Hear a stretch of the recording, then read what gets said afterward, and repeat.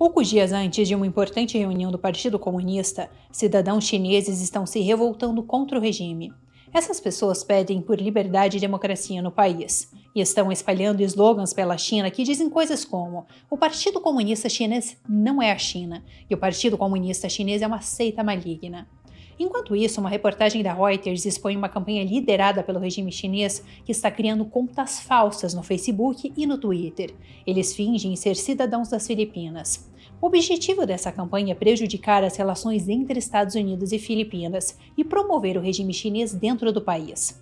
Além disso, fotos de satélite mostram o mais novo porta-aviões da China chamado Fujian, nome da província chinesa que fica em frente à ilha de Taiwan. Nós vamos conferir a análise de um especialista sobre o que isso representa para um possível conflito entre os Estados Unidos e a China e um possível ataque a Taiwan. Eu sou Emanuele Coure, editora de China do jornal Epoch Times, esse é o China em Foco e vamos conferir as reportagens.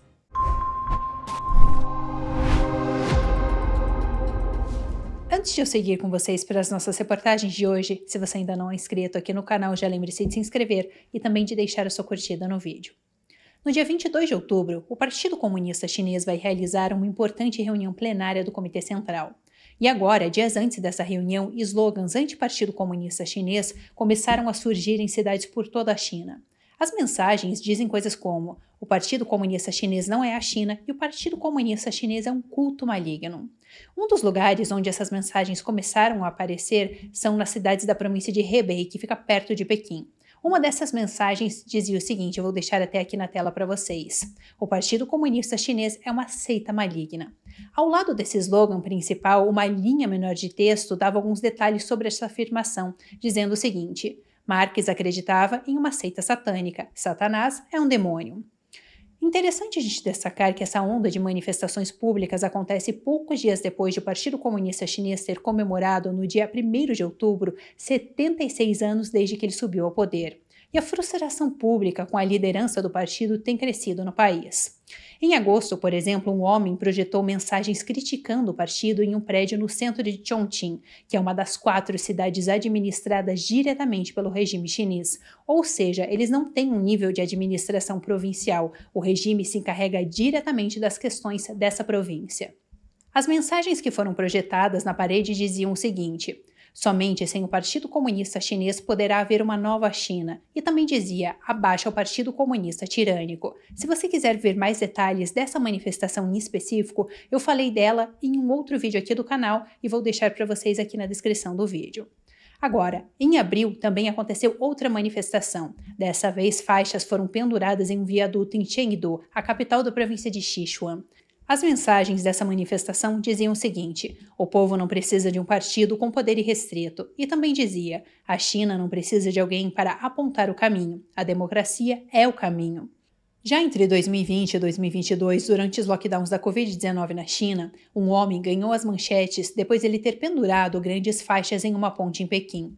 Os cartazes clamavam por liberdade e democracia, com um deles dizendo o seguinte: queremos votos, não governantes. Agora, com a aproximação da 4ª sessão plenária do Partido Comunista Chinês, que é uma importante reunião do partido que vai traçar o plano dos próximos anos da China e também reorganizar os cargos de membros do regime, analistas dizem que Xi Jinping pode enfrentar uma pressão interna para que ele abra mão de parte do controle. Enquanto isso, escândalos estão surgindo em torno de um dos principais aliados de Xi Jinping, o Cai Chi. Ele ocupa o 5º lugar entre os principais líderes do regime chinês.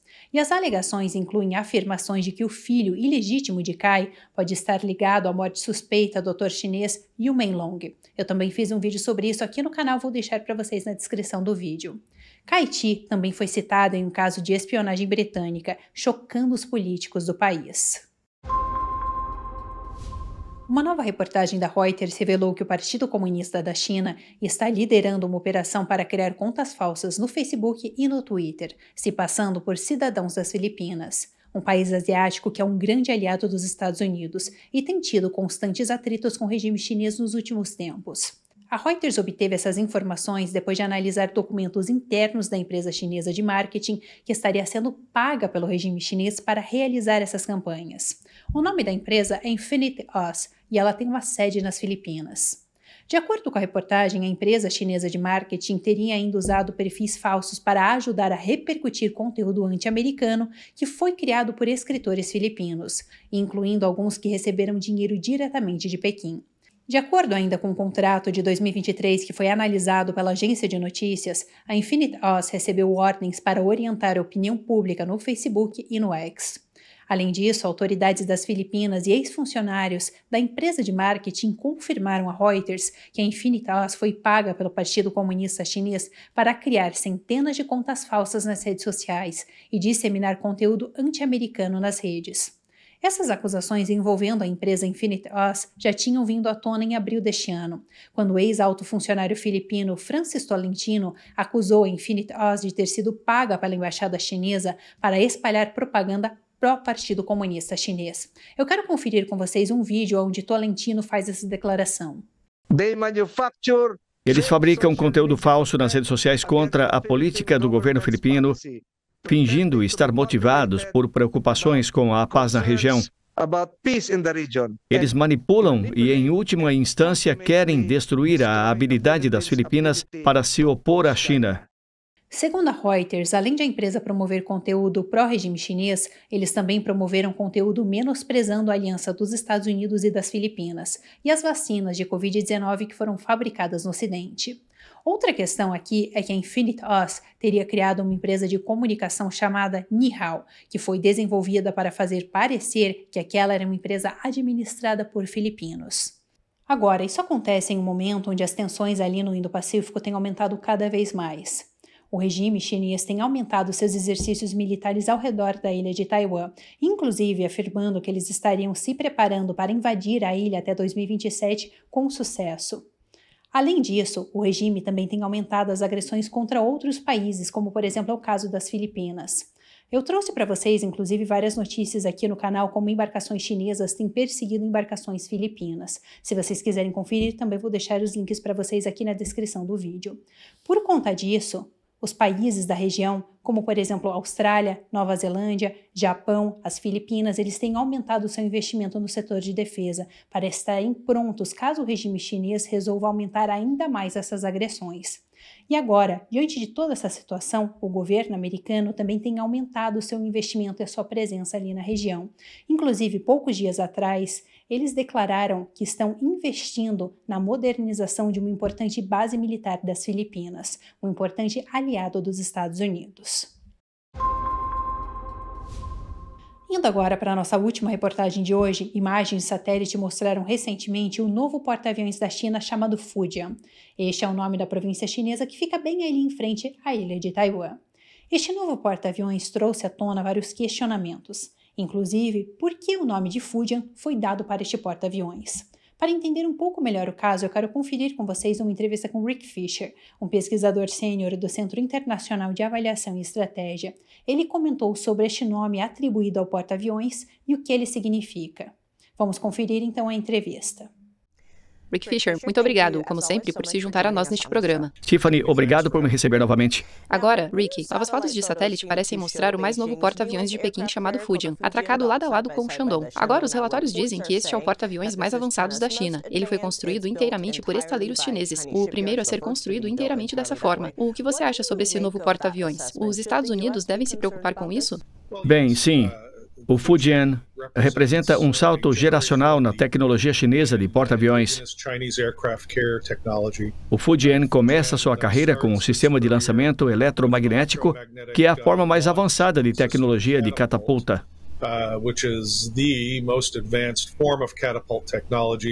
Os Estados Unidos acabaram de incorporá-lo em seu mais recente porta-aviões e ainda não resolveram todos os problemas relacionados a ele. O lançamento eletromagnético chinês funciona muito bem até agora e eles estão ocupados se gabando disso para os americanos. Agora, quanto ao nome desse porta-aviões que é Fujian, assim como a província que fica do outro lado de Taiwan, diretamente em frente a Taiwan, na verdade, qual é o significado desse nome? Como devemos interpretá-lo? Bem, o nome foi escolhido especificamente para intimidar e coagir a população de Taiwan, um povo livre que paga seus próprios impostos governa a si mesmo e só deseja sinceramente viver em paz com a Grande China.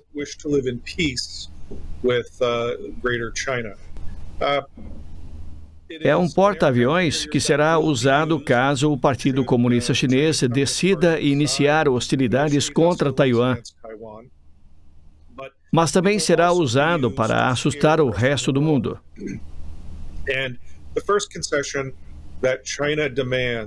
A primeira concessão que a China exige em qualquer relação externa é que o estrangeiro apoie a reivindicação da China sobre Taiwan e apoie seu direito de invadir e matar pessoas em Taiwan. É claro que os Estados Unidos rejeitam isso e imploramos a todos os nossos amigos e aliados que também rejeitem.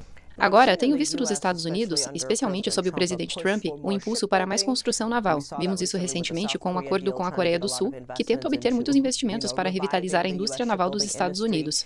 Considerando a trajetória da China, se assim podemos dizer, com o lançamento do novo porta-aviões Fujian, daqui quanto tempo você acredita que existiria a possibilidade de acontecer uma guerra entre os Estados Unidos e a China? Bem, o Fujian provavelmente não estará operacional por pelo menos mais um ano, possivelmente 2 anos. Provavelmente 2 anos. Mas, nessa altura, a China também poderá estar bem avançada na construção do seu 4º porta-aviões, que poderá ser nuclear. Mas, em meados da década de 2030, espero que eles tenham uma frota de cerca de 6 porta-aviões. E no final da próxima década, 7 a 8 porta-aviões chineses ainda maiores do que o Fujian. E isso é um problema. É um enorme desafio para os Estados Unidos.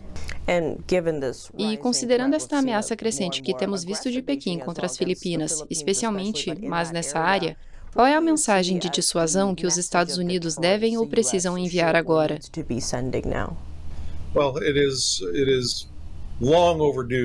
Bem, já é mais do que tempo de os Estados Unidos atualizarem seus arsenais de mísseis na região. O governo Trump está agora empenhado em tentar dobrar a sua produção dos mísseis táticos americanos. A produção provavelmente deveria ser quadruplicada. E precisamos reintroduzir uma variedade de armas nucleares táticas em todos os serviços, desde projéteis de artilharia nuclear tática a mísseis de cruzeiro e mísseis balísticos de alcance intermediário baseados em navios e em terra. A China já possui tudo isso. Nós simplesmente precisamos delas também para dissuadir a China de pensar que eles poderiam usar uma pequena arma nuclear sem que nós respondamos com uma grande arma nuclear, dando início a uma guerra nuclear geral. Então, parece que temos aqui a ideia de escalar para desescalar. Definitivamente. E essa é a estratégia russa. E ela também se tornará a estratégia chinesa. Bom, isso é tudo por hoje no China em Foco. Se vocês gostaram do episódio de hoje, já lembre-se de se inscrever aqui no canal e de deixar o seu comentário. Muito obrigada por assistir e eu te vejo numa próxima.